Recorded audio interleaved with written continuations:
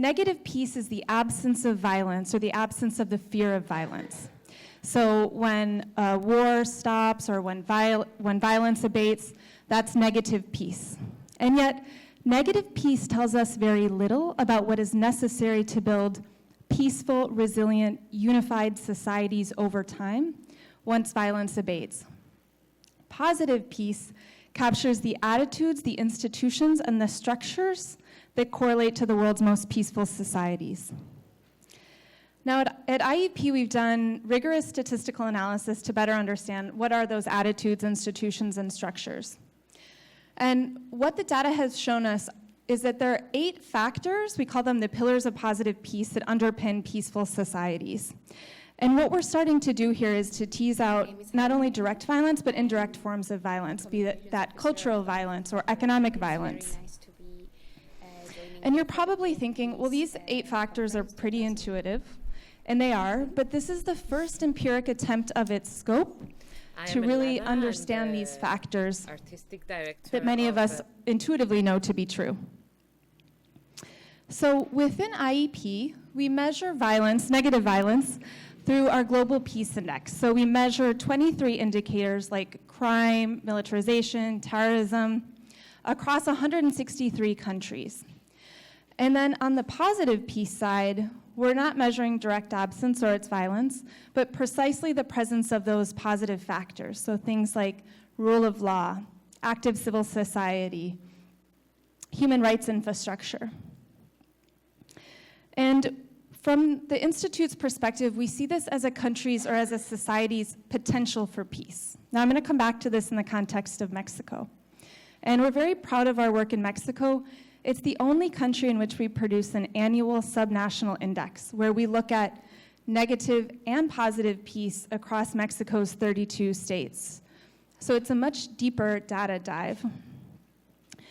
Now, when we take a step back and look at how Mexico falls on these 2 indices, we see that Mexico scores 140 out of 163 countries on the Global Peace Index, so on the negative peace side.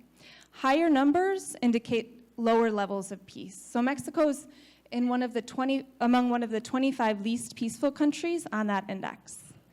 And yet, Mexico ranks 67 out of 163 on the positive peace side. So it's among the top 40% on the positive peace side. So what does this mean? Countries with very high levels of positive peace compared to negative levels of negative peace have a greater potential for peace than is currently being realized. And that means that Mexico has much more capacity to reduce its levels of violence if it can overcome some critical challenges. And countries that score well on positive peace, they generally score highly across those 8 pillars, whereas countries that score lowly on positive peace, they might score poorly across those pillars, or they might have an imbalanced peace system, which is what we see in Mexico. Now, I know this slide is a little bit wonky, but what we see here is that Mexico is that green dot on the left. Mexico scores below the global average for 3 of those 8 pillars. Well-functioning government, free flow of information, and low levels of corruption. Now, corruption is Mexico's worst performing pillar, and this is important because corruption tracks very closely with breakdowns in peacefulness around the world. And then when we look at free flow of information, this primarily refers to media freedom. Mexico is one of the more dangerous countries in the world for journalists. And of course, there's direct links between these because so many journalists are targeted in Mexico primarily for covering corruption and collusion among government or security forces. And yet, notably, and I would say most importantly, Mexico scores above the global average on 5 of those 8 pillars. And those are good relationships with neighbors, high levels of human capital, equitable distribution of resources, sound business environment, and acceptance of the rights of others. So it's within those 5 pillars where Mexico's potential for peace lies, according to our data. Now, this is just one example of how we're quantifying peace in order to use data to find solutions to reducing violence. And you might be thinking, okay, interesting, but essentially you're just providing empiric contours to what we already know from reading the news. what can actually be done about this? So there's a few ways in which we're operationalizing our data. That is to say, making it more actionable to really capitalize on the strengths of those 5 pillars in Mexico. So we're working with Mexican states and local governments to train elected officials to use our very localized peace data to improve their policies, and also to approach peace much more holistically than merely through the absence of violence. And we're also working with young people in Mexico. We're leading positive peace workshops to provide young people with peace building and positive peace tools. And this was a photo from a workshop that we did here in Mexico. And I'll share just a few takeaways from that work.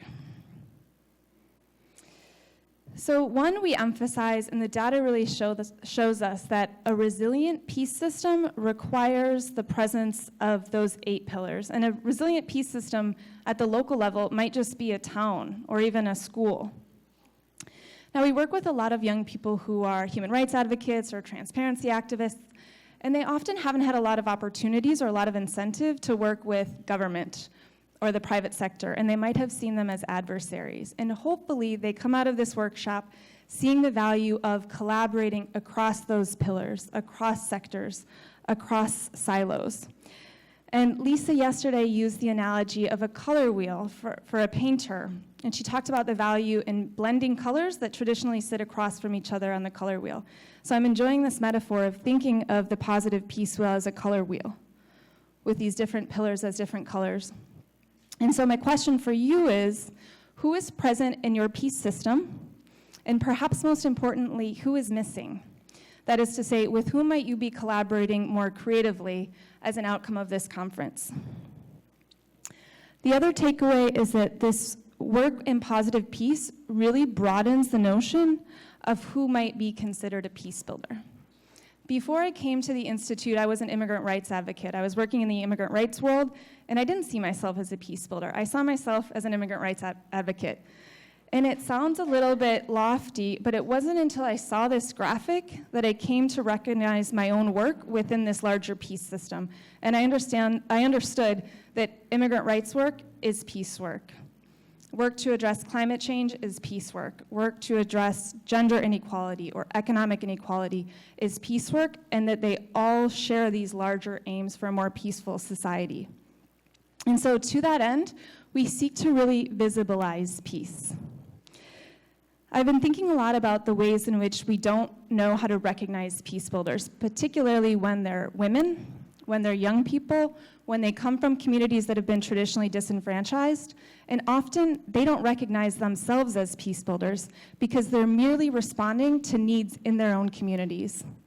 So this work is about bringing people together to really acknowledge and to amplify existing strengths and capacities. It's about sparking non-traditional collaboration across those pillars, across communities, across generations, and then bridging the gap between the available data and people's lived realities. Thank you.